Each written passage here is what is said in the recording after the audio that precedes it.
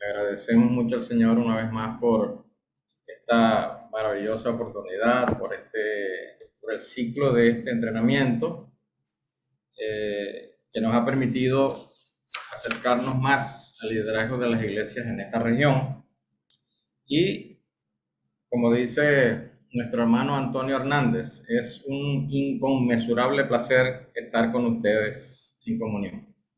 Entonces vamos inmediatamente por causa del tiempo, vamos a tratar de cubrir la lección número 10 de esta serie del libro Fundamentos del Liderazgo Cristiano. Me van a permitir, y me disculpan, voy a compartir pantalla. No tengo una buena memoria, por eso siempre dependo de un bosquejo, dependo de una presentación. Como esta noche, pues la voy a pasar. Entonces, por favor, permítanme para compartir pantalla. Bueno, aquí está nuestra serie de lecciones, Fundamentos del Liderazgo Cristiano, en el tomo número 1, ya casi finalizando este tomo para introducir en el tomo número 2. Y el encargo central en cada una de las lecciones, como lo dice allí, la misma portada del libro, son los conceptos y principalmente las aplicaciones. Entonces vamos a nuestra lección número 10 y esta lección nos habla acerca de las lecciones que aprendemos de los reyes de Israel en su segunda parte. Básicamente, esta noche vamos a centrarnos en un asunto y es en el legado del rey David, ¿ok? En el legado del rey David. Por demás, muy interesante este tema.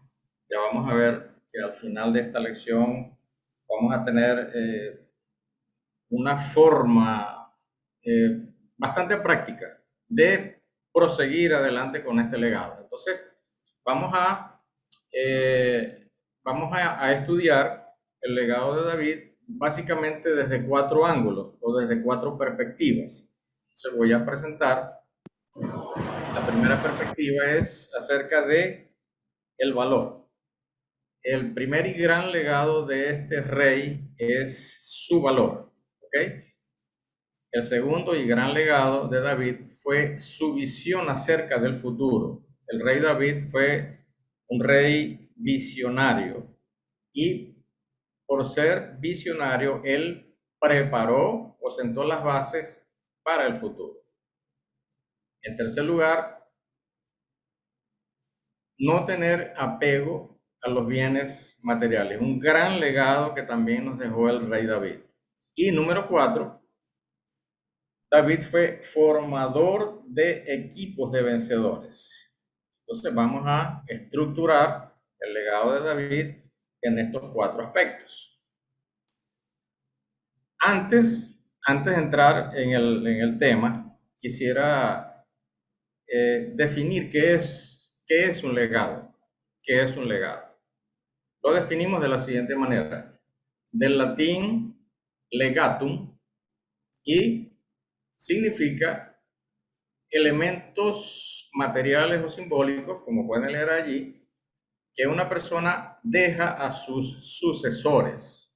Es una transmisión voluntaria y concreta asociada a una herencia recibida por descendientes, discípulos, aprendices, etc. Ejemplo: valores éticos y morales, comportamiento, trabajo, obras, ejemplos, entre otros. ¿Okay? Quiero destacar la palabra concreta, la cual resalté en otro color, porque esta palabra va marcando una pauta a través de la lección. ¿Okay? Más adelante lo vamos a ver de una manera más definida. Pero quiero resaltar esa palabra. ¿Okay? O sea, un legado es algo concreto, no es algo abstracto, ¿okay? O impracticable en este caso. De modo que vamos a avanzar en la lección y leamos el siguiente versículo para ir ya entrando en materia. Primera de Corintios capítulo 10, versículo 11 y 12 dice: Y estas cosas les acontecieron como ejemplo y están escritas para amonestarnos a nosotros, a quienes han alcanzado los fines de los siglos. Así que el que piensa estar firme, mire que no caiga.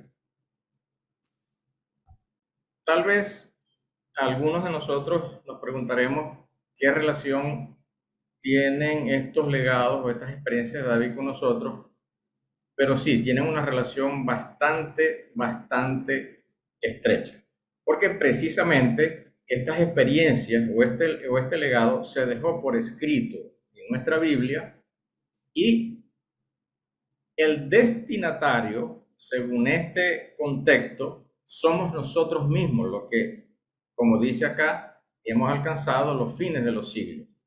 De modo que es especialmente para nosotros, es especial para usted, es especial para mí. Por eso, la advertencia que sigue a continuación, ¿verdad?, demuestra que cualquiera de nosotros que no acate esta amonestación podría entonces estar en riesgo de caer. Esta palabra amonestarnos viene del griego nousesia, que significa advertencia, pero también esta palabra significa enseñanza o instrucción. Quiere decir que un legado es una enseñanza y también es una instrucción. Es un camino trazado para que nosotros transitemos por este camino. Entonces, una vez vista esta definición, pasamos al siguiente paso. Vamos a ver solamente de manera puntual qué clase de líder era David y cuál fue el impacto de su legado. Por ejemplo, es un rey hasta el día de hoy, respetado en todas las religiones abrahámicas. Históricamente, sigue siendo el monarca judío más influyente. Es símbolo de la nación israelita y también fue elegido como símbolo de la República de Florencia en Italia en el año 1115. Es símbolo de guerra y estratega militar, pastor, salmista y rey. Y un asunto bien interesante. Fue un hombre que influyó a Dios mismo en la toma de decisiones trascendentales.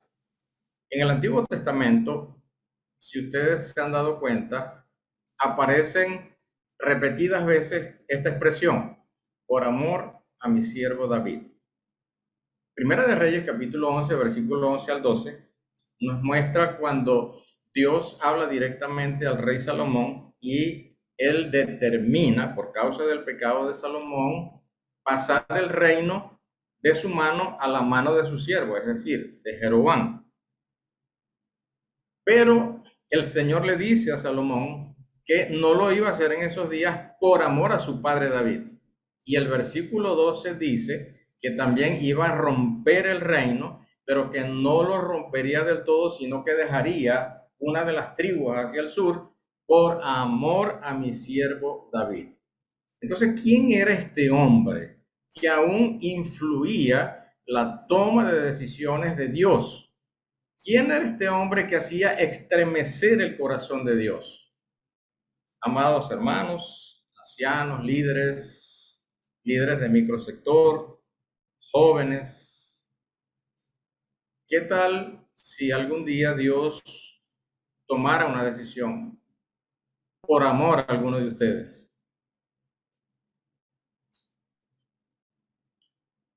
Después del libro Segunda de Crónicas, el nombre de David vuelve a aparecer en 21 libros de la Biblia hasta el final de la Biblia, es decir, hasta el capítulo 22 se vuelve a mencionar el nombre de David.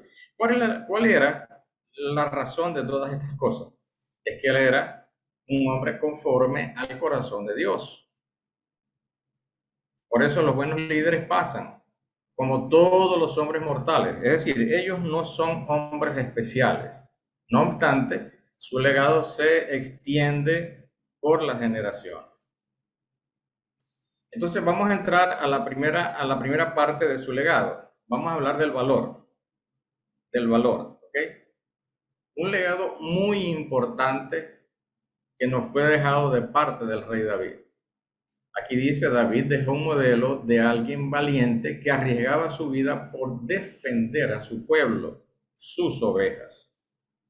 Las ovejas de Isaí, el padre de David, por una parte representan al pueblo de Israel, pero por otra parte nos representan a nosotros como hijos de Dios, como la iglesia.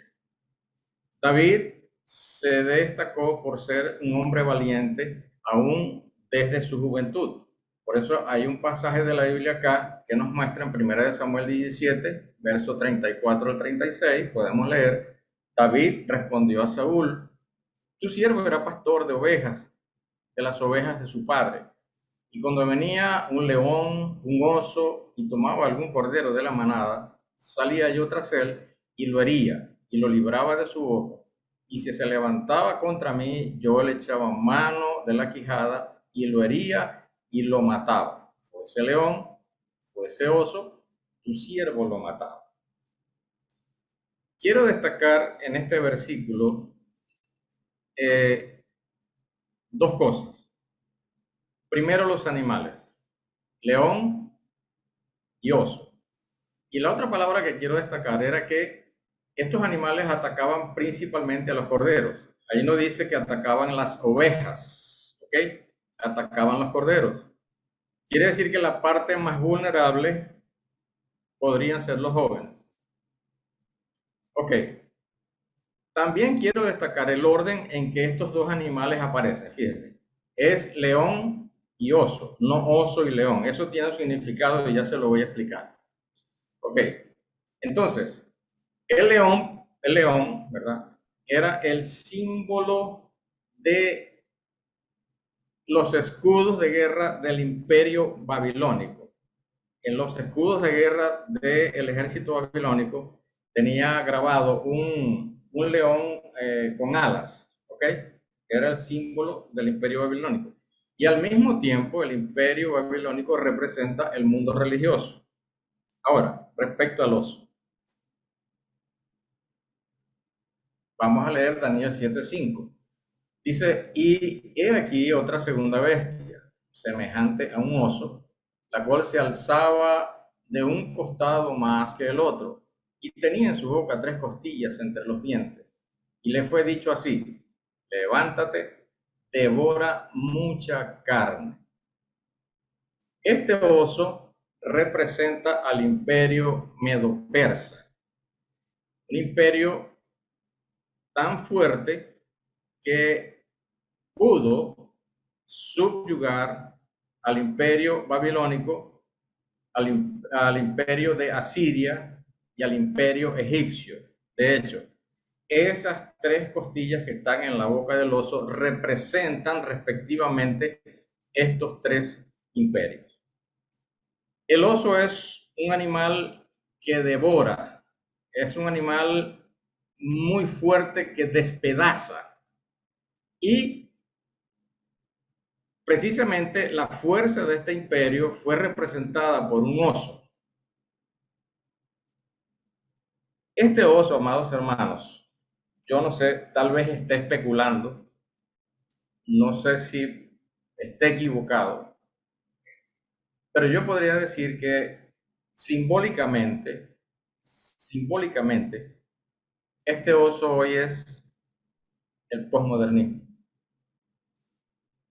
Amados santos, el posmodernismo está devorando, está destrozando principalmente a nuestros jóvenes. Este oso tiene en su boca nada más y nada menos que otros tres imperios. Y el significado de esos tres imperios, ¿cuáles son? Babilonia representa la religión, Asiria representa el pecado y Egipto representa el mundo. Quiere decir que esta fiera está utilizando estos tres elementos o estos tres poderes para destruir la humanidad, especialmente destruir la juventud. Lamentablemente en el posmodernismo se perdieron las referencias, de modo que el posmodernismo ha llegado a ser un imperio extremadamente fuerte.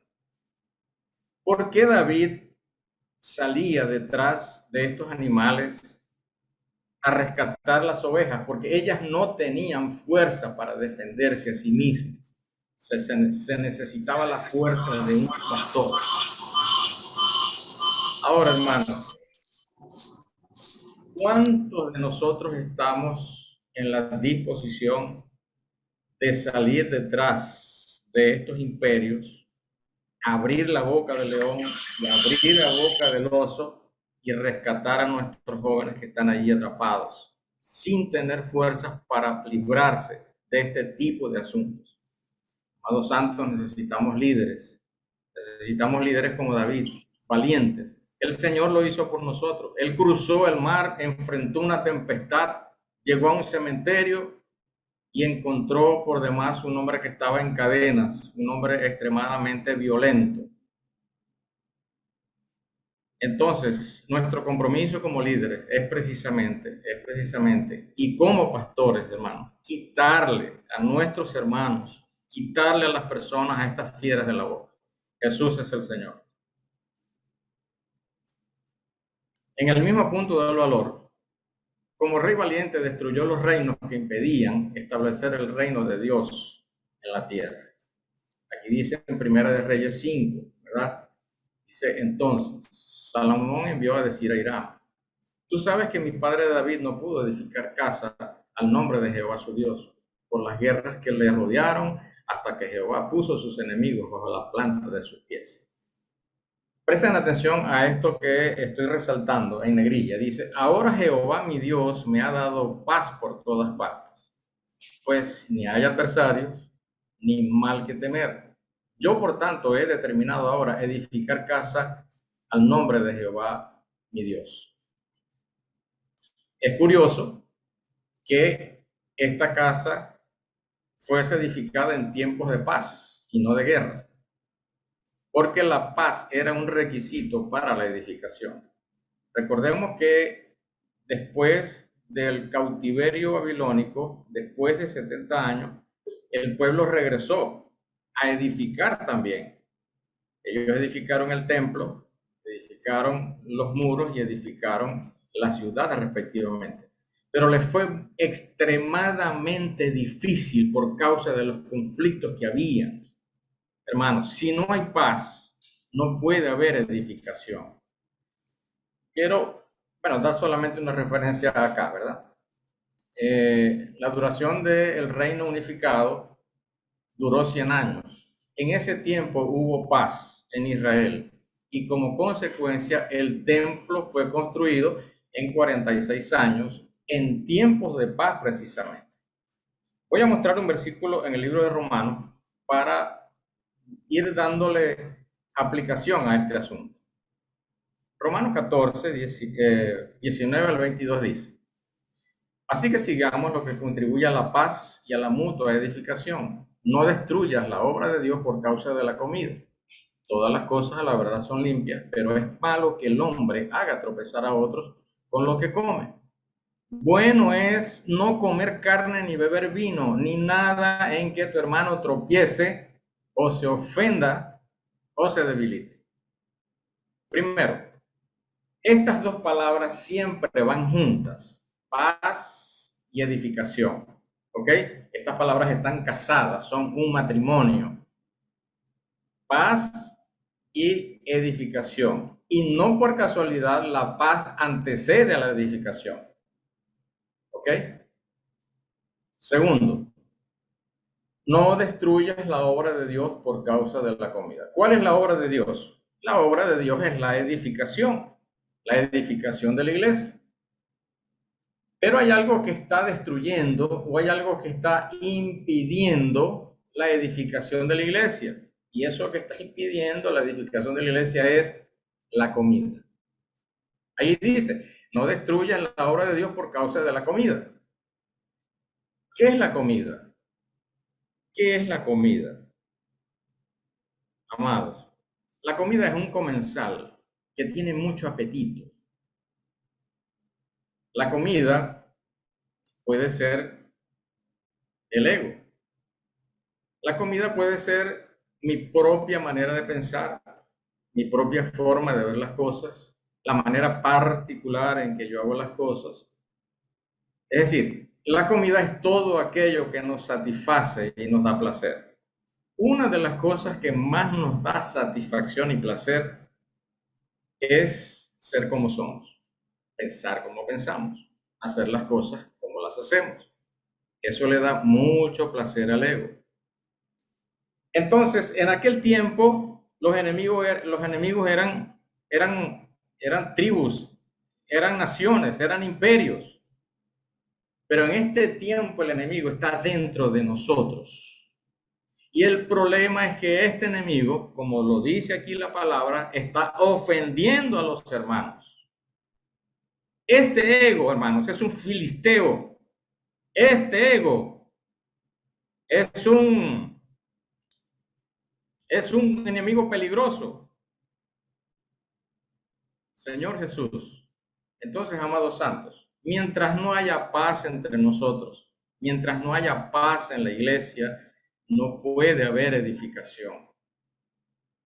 Por eso, así como David peleó por la paz, algo que es un asunto paradójico, si se quiere ver de esta manera, nosotros como líderes de las iglesias, hermanos, tenemos que pelear por la paz entre los hermanos. ¿Por qué? Porque nuestro compromiso en este tiempo mayormente es la edificación de las iglesias. Eso lo vamos a ver en un punto más adelante. Entonces, Señor Jesús, proseguimos. Seguimos en el asunto del valor, en esta parte del legado. Por confiar en el Señor era capaz de volver al estado original, incluso si estaba muy mal. La resiliencia fue una virtud que fue muy notable en el rey David.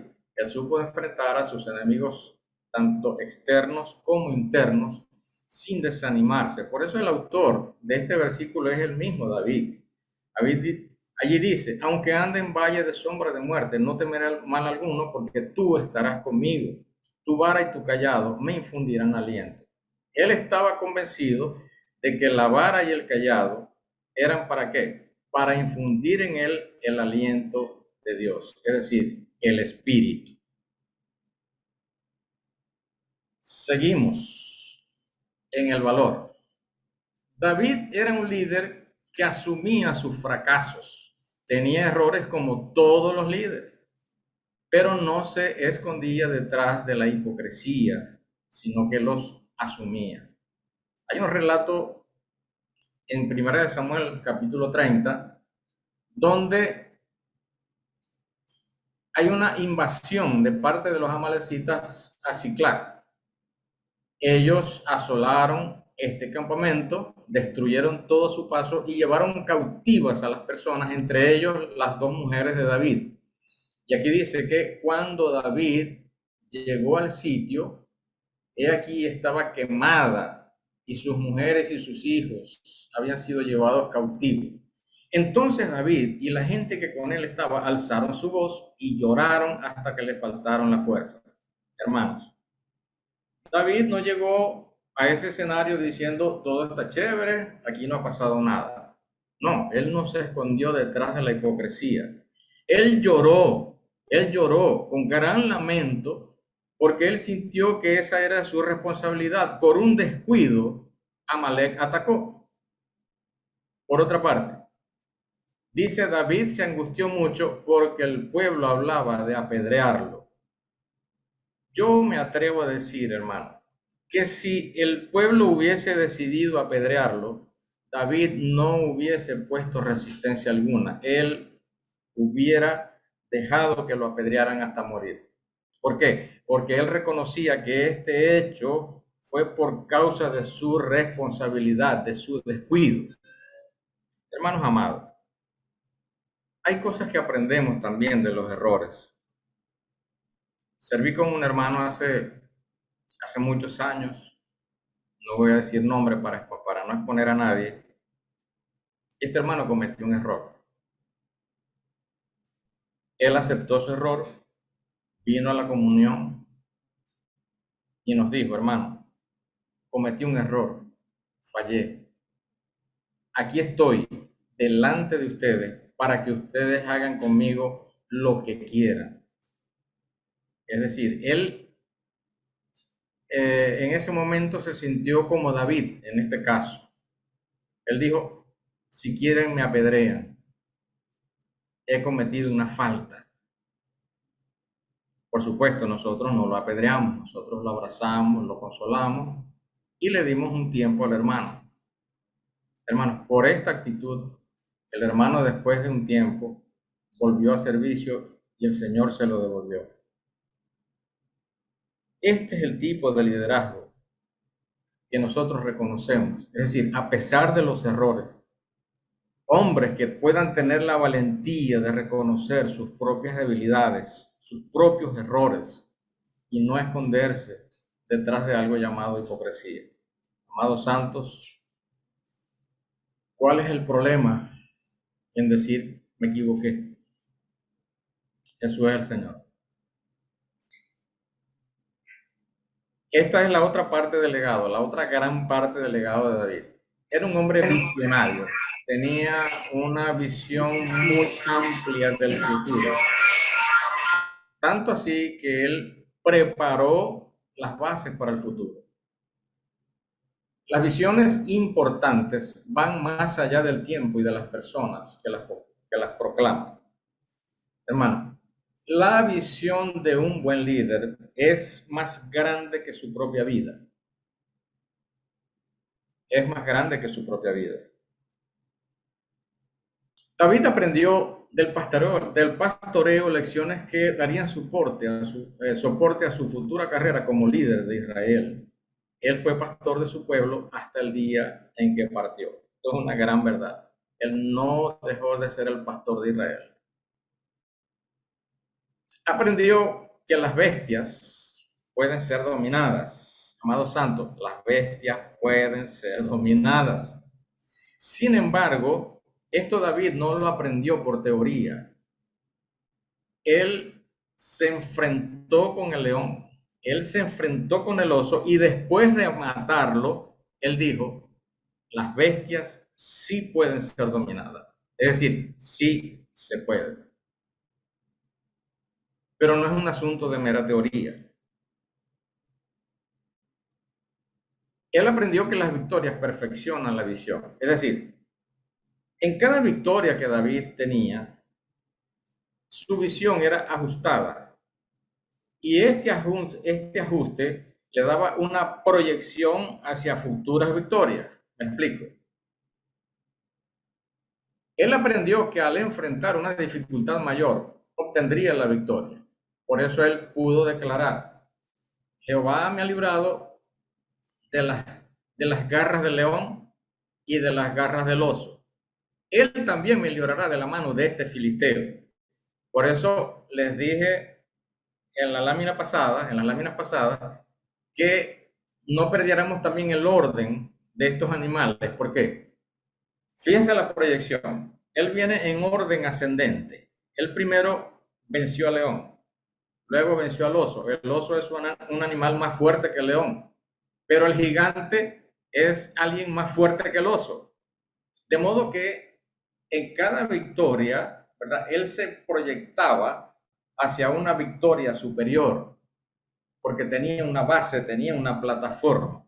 De modo que podemos, después de ciertas victorias, decir a ciencia cierta que el Señor también nos va a librar en una batalla más grande que la que hasta ahora hemos enfrentado.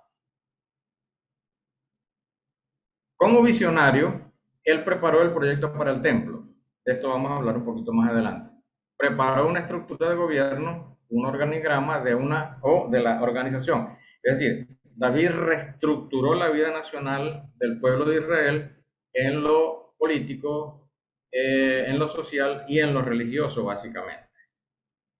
Tanto fue así que hoy es una figura emblemática del sionismo moderno. Además, su obra sigue influyendo en el campo de la política, en el campo militar, en el campo de las artes, la música, la literatura etcétera, etcétera. Tal es su visión futurística. Ok, seguimos en visión del futuro. La obra de un líder no debe basarse en su persona. Este tipo de obra desaparecerá pocos años después de su muerte. Hermano, no hay un versículo más apropiado para hablar de este asunto que Hechos capítulo 5, 34 al 39. Dice, entonces levantándose en el concilio un fariseo llamado Gamaliel, doctor de la ley, venerado por todo el pueblo, mandó que sacasen fuera por un momento a los apóstoles y luego dijo, varones israelitas, mirad por vosotros porque lo que vais a hacer respecto a estos hombres. Dice, porque antes de estos días se levantó Teudas diciendo que era alguien. Fíjense, Teudas dijo de sí mismo que era alguien. Dice, a este hombre se unió un número como de 400 hombres, pero él fue muerto. Y todos los que lo obedecían fueron dispersados y reducidos a nada. Primer ejemplo. Segundo ejemplo. Después de este se levantó Judas el Galileo en los días del censo y llevó en pos de sí, fíjese la expresión, llevó en pos de sí a mucho pueblo. Pereció también él y todos los que le obedecían fueron dispersados.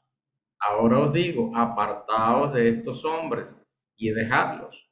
Porque si este consejo o esta obra es de los hombres, se desvanecerá. Mas si es de Dios, no la podéis destruir. Hermano, esto está más claro que el agua. ¿Ok? Aquí hay dos ejemplos bien claros de líderes que arrastraron gente hacia su propia persona. El resultado de todo esto fue que la obra se deshizo con la muerte de ellos. Por eso, hermano, la obra de un verdadero líder no está basada en su propia persona. Debe estar basada y orientada a una visión. Por eso Pablo, cuando estuvo delante del rey Agripas, él no dijo que él había sido fiel a, a un hombre o a una persona en particular, o en este caso a su propia persona. Él simplemente dijo, no fui rebelde a la visión celestial. Por eso la visión, la obra de un líder debe estar enfocada en la visión de la economía de Dios, es decir, en la edificación de la iglesia. Apocalipsis 14:13 respalda lo que estoy diciendo. Dice, oí una voz que desde el cielo me decía, escribe, bienaventurados de aquí en adelante los muertos que mueren en el Señor. Sí, dice el Espíritu, descansarán de sus trabajos. ¿Por qué? Porque murieron. Porque sus obras con ellos les seguirán. Podemos cambiar la palabra obra por legado y decir, porque su legado con ellos seguirá. Seguimos en visión del futuro.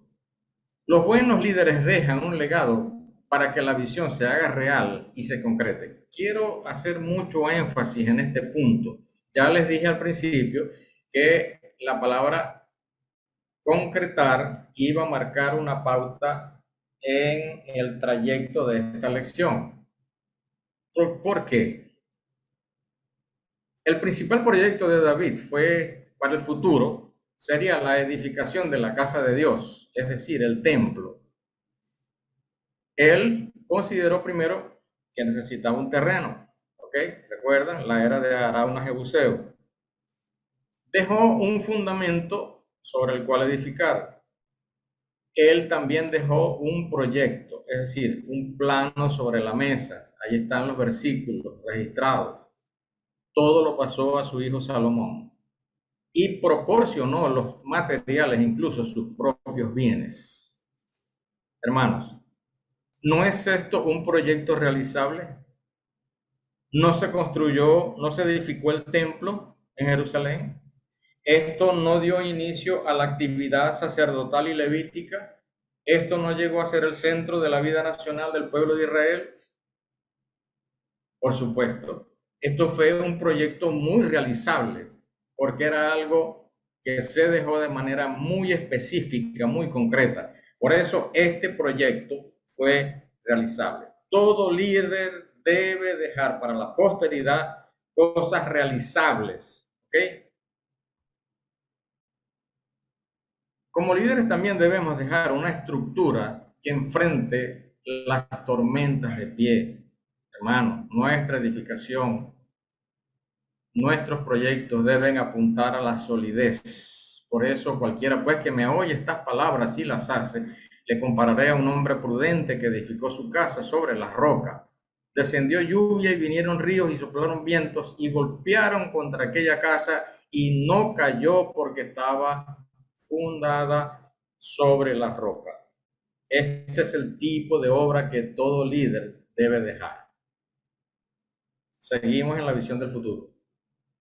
Quiero dejar dos pensamientos aquí a criterio de ustedes. El primero es, ¿se puede influir en el futuro a voluntad mediante la planificación? ¿Ok? ¿Cómo influir en el futuro si desde hoy no comenzamos a sentar las bases? El futuro se construye. Segundo pensamiento. Pensar sistemáticamente acerca del futuro es una habilidad estratégica para influir en él. Son dos pensamientos que quiero dejar con ustedes. Ahora, de alguna manera todas las personas tienen una visión del futuro, pero los líderes en especial, número uno, ven más allá de lo que otros ven. Un buen líder ve antes de que otros vean. Un buen líder ve más de lo que otros ven. Wow. Repito, un buen líder ve más allá de lo que otros ven, ve antes de que otros vean y ve más de lo que otros ven. Wow. Voy a entrar aquí en un punto, hermano, muy práctico. Por eso quise hacer un énfasis en especial en la palabra concretar. Esto va con nosotros, hermanos. Y yo quiero dejarles aquí una pregunta para todos los, aún para los cooperadores del hermano Wilbardo, para los ancianos. Quiero hacerles esta pregunta a los diáconos, a las diaconisas, a los líderes de microsectores y a los jóvenes también. ¿Qué legado vamos a dejar a nuestra región occidente?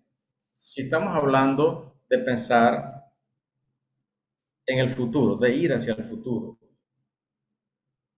¿qué legado vamos a dejar a nuestra región occidente? No sé si ya Wilbaro estará conectado, Antonio, Argenis Lobo, Freddy Botello, Larry, Antonio, ¿quién más se me escapa por ahí? Diony, Amado Santos.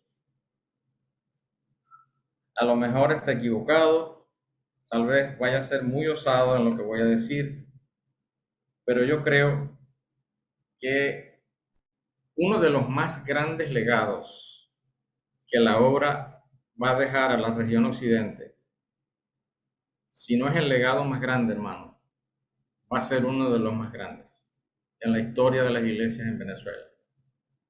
Y no solamente hablo de la región occidente, tal vez esto se pudiera extender a todo el país. A ver, aleluya, Prosembi, Proyecto Sembrando Vida. ¿Por qué digo que este es uno de los legados más grandes para nuestra región? Porque hasta ahora no habíamos tenido un proyecto tan completo como este en las iglesias. Porque Prosembi es un proyecto que nos va a permitir llevar a un hermano o a una persona que fue contactada por el proyecto Puedo Orar por Usted al perfeccionamiento, es decir, a la edificación, conforme a lo que dice la palabra, que debemos presentar perfecto en Cristo a todo hombre. Hermano, este proyecto fue parido por el libro de Mateo. y abarca de manera completa las dos grandes alas de este libro. Ya dijimos en el entrenamiento pasado que el libro de Mateo, desde el capítulo 1 hasta el capítulo 15, es un ala, y desde el capítulo 16 hasta el 28 es otra ala. Por una parte se nos habla de la predicación del Evangelio y por otra parte se nos habla de la edificación del cuerpo de Cristo. Prosembi es un aro, es un círculo que encierra todo este asunto. Mateo 16, 18 dice, no me estoy saliendo del tema, lo que estoy siendo muy práctico. Mateo 16, 18 dice, y yo también te digo que tú eres Pedro, y sobre esta roca edificaré mi iglesia, y las puertas del Hades no prevalecerán contra ella. Hermanos, la madre de todas las profecías, la profecía más grande que hay en toda la Biblia, no está en Daniel, no está en Isaías, no está ni aún en Apocalipsis. La madre de todas las profecías se encierra en esta pequeña frase: edificaré mi iglesia. Porque después que Dios haya hecho esto, entonces vendrá el fin, no hará falta otra cosa. Me apoyo en el siguiente versículo. Y será predicado este evangelio del reino en todo el mundo para testimonio a todas las naciones. Y entonces vendrá el fin. Esta palabra testimonio, que he resaltado aquí en negrilla, proviene del griego marturía, que es de donde viene la palabra mártir. Pero marturía tiene otro significado, que es prueba. Entonces, este evangelio del reino será predicado para prueba a todas las naciones. ¿Cuál es esta prueba? Recientemente vimos que cuando el Señor aparece en el escenario, en la nación de Israel, Él se encuentra con que las multitudes estaban dispersas, como ovejas que no tienen pastor. Las personas estaban heridas, maltratadas, desde el punto de vista espiritual, psicológico y físico. O sea, el pecado arruinó la humanidad. Pero gracias al Señor que por el proceso de la redención ellas pasan a ser ahora hijos de Dios. Pero por la edificación, estas personas dañadas por el pecado van a pasar a ser la obra maestra de Dios.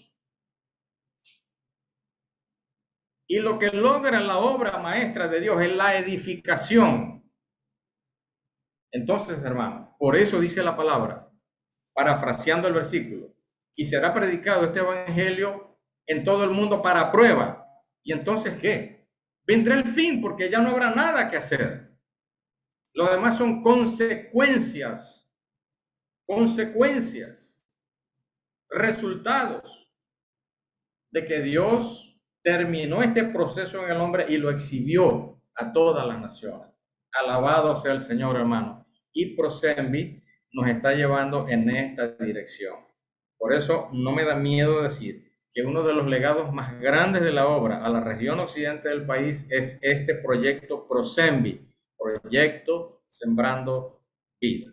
Cierro aquí el paréntesis. Otro de los legados que nos dejó el rey David es no tener apego a los bienes materiales. Sin embargo, quiero mostrar algo aquí que parece como contradictorio, porque en Primera de Crónicas 29-26 dice, y murió en buena vejez, es decir, está hablando del rey David, dice, y murió en buena vejez, lleno de días, de riquezas y de gloria. Ahora, ¿cómo es que David nos está dejando como legado el no tener apego a los bienes materiales si él murió lleno de riquezas? Entonces, pareciera contravenir lo que son los deberes de un rey, citado en Deuteronomio 17:17, lección que por cierto me correspondió también a mí dar en esa oportunidad, y veíamos que uno de los deberes de un rey era no amontonar para sí plata ni oro. Entonces aquí hay como una seria contradicción. Entonces, ¿por qué David tenía riqueza? Pregunta aquí la caricatura. Hay una respuesta, por supuesto. Era que el corazón de David no estaba apegado a las riquezas. Ese es el secreto, hermano. Por eso tener riquezas no es el problema. Amarlas sí lo es. Porque el problema no es el dinero, es el amor o el apego al dinero.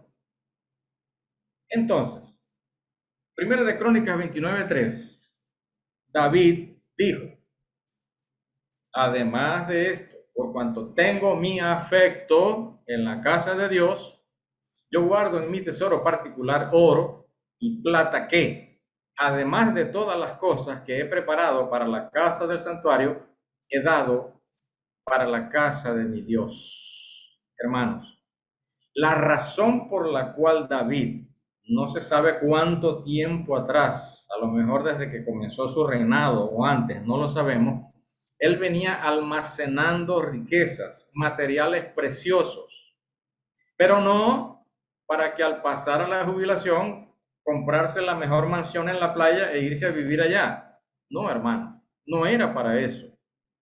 Todo lo que estaba guardando tenía una única razón. Él tenía el corazón puesto en la casa de Dios. Wow, me gustaría tener ese corazón. Hermanos, Mateo 6:21 dice que donde esté nuestro tesoro, allí estará nuestro corazón. Bueno, vamos a poner el corazón en la casa de Dios para que nuestras riquezas se muden. O viceversa, vamos a poner nuestra riqueza para que nuestro corazón se vaya detrás de la riqueza, pero una vez que el corazón llegue, las va a encontrar dentro de la casa de Dios. Yo preguntaría, amado líder, ¿dónde está tu afecto? ¿Dónde está tu afecto? Pensando en el futuro, ¿hacia dónde estás apuntando? ¿Cuál es tu propósito? ¿Por qué estás guardando lo que estás guardando? ¿Por qué estás ahorrando lo que estás ahorrando? Si te estás formando a nivel académico o profesional, ¿hacia dónde estás yendo? Creo que nuestro afecto debería estar en la casa de Dios. ¿Cuál fue el resultado de todo esto, hermano? De que David tuviese su corazón en la casa de Dios. Ahí dice, la actitud de David fue que los jefes de la familia, los príncipes, los jefes de millares y de centenares, e incluso los administradores de la hacienda del rey, contribuyeron voluntariamente y con un corazón sincero. Hermano, no fue una farsa para complacer al rey, fue una reacción en virtud de la actitud positiva del rey hacia las riquezas. Amado santo, cuando el líder saca la cartera, los hermanos sacan la cartera. Cuando el líder se mete la mano en el bolsillo, los hermanos van a meter su mano al bolsillo. No es necesario estar forzando las cosas. Bastará un corazón que se dé por la casa de Dios y que ponga todas las cosas en función de la casa del Señor. Esa es la mejor forma de motivar. De todas maneras, miren, aquí les cuento. Pedro se metió en un lío. Pedro se metió en un lío y después no tenía cómo pagar. Y él fue al Señor allí con las orejitas abajo y le dijo al Señor, bueno, que no había plata para pagar el impuesto, porque él salió ahí adelante a decir cosas y luego quedó comprometido con lo que dijo. Bueno, el Señor le dio la solución, una solución bastante extraña. Él le dijo, vaya al mar, vaya a pescar y lance el anzuelo y el primer pez que venga va a traer una moneda en la boca, un estatero. Bueno, toma el estatero, entonces paga el impuesto por ti y págalo por mí. Esa fue la solución. Amados santos, el mar representa el mundo y los peces representan a las personas. Ya nosotros fuimos pescados. Nosotros vimos el anzuelo y lo mordimos y ahora somos hijos de Dios. somos peces, estamos dentro de la red,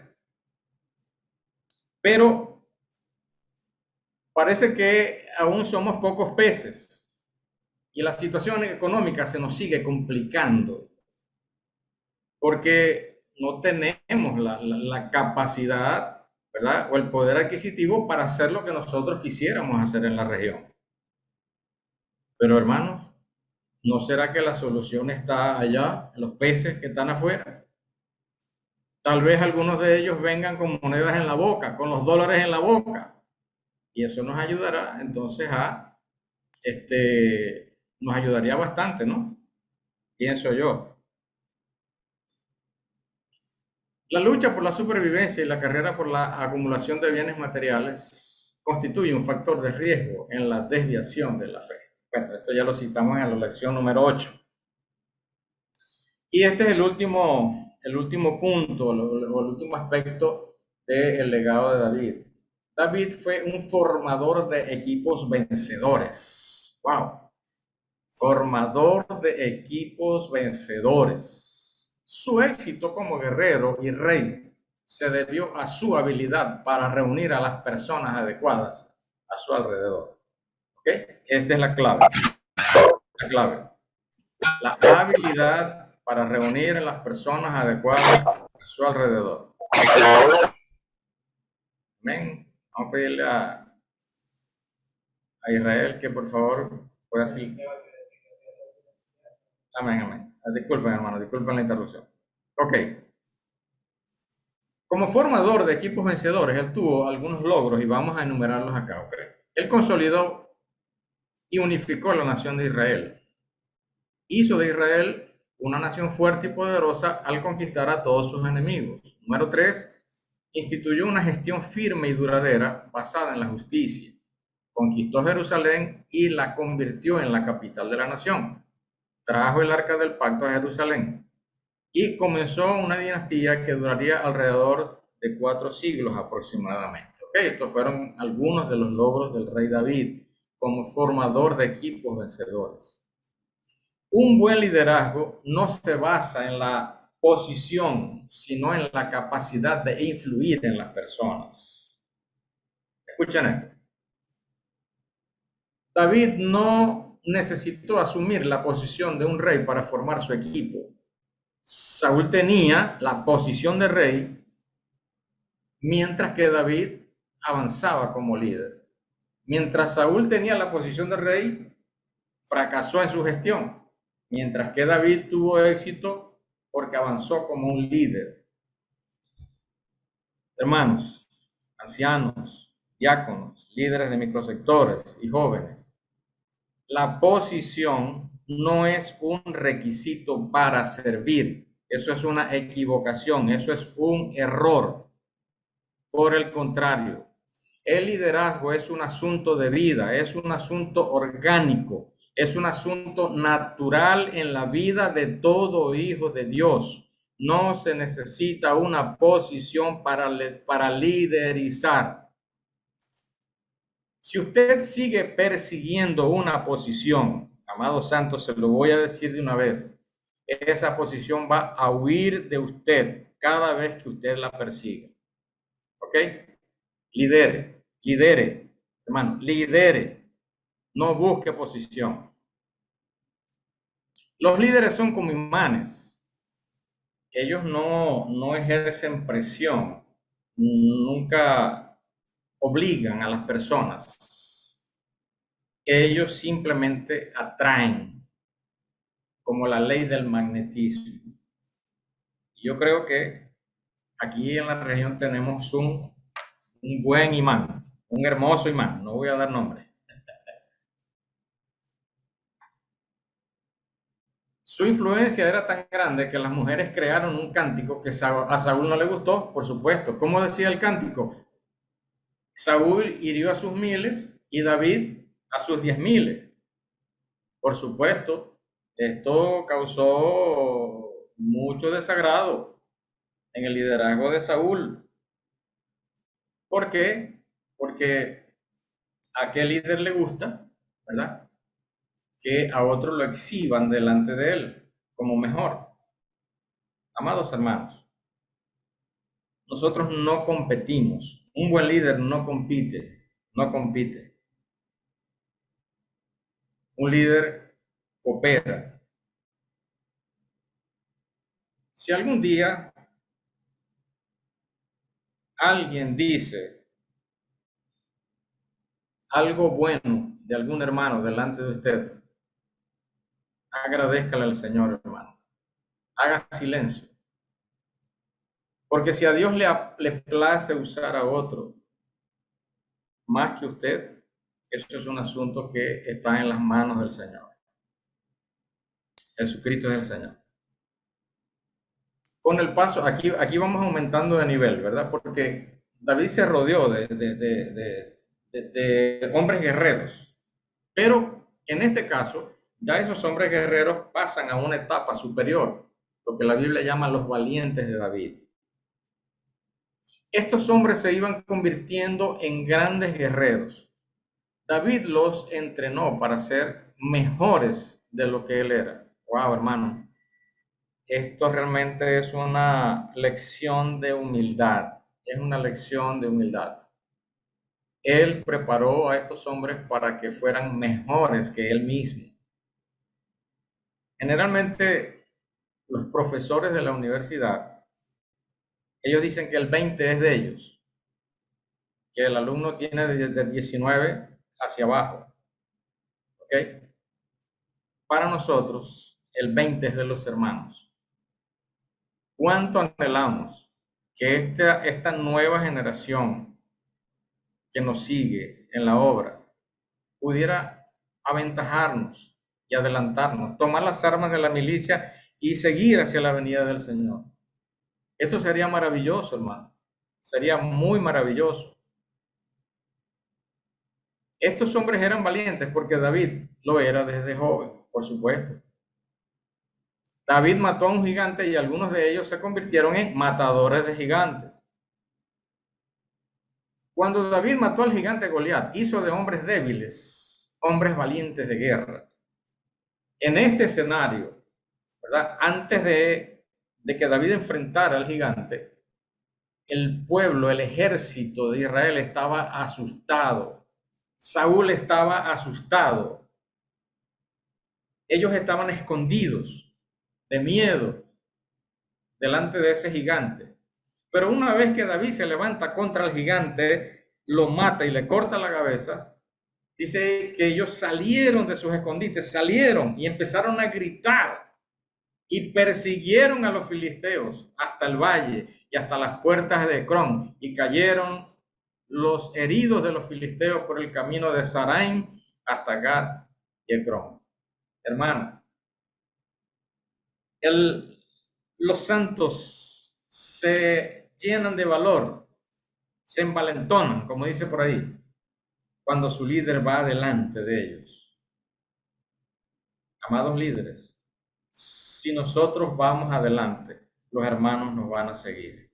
Así que vamos a matar al gigante, vamos a enfrentar a los filisteos con decisión, y los hermanos serán uno con nosotros.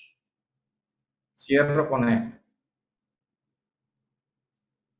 David nos enseñó que la grandeza del líder se halla en el equipo, y que cuando tengamos el equipo adecuado, nuestro potencial se elevará hasta el cielo. A ver, yo no los estoy escuchando a ustedes, pero allí donde están, en grupo o estén solos, por favor repitan conmigo.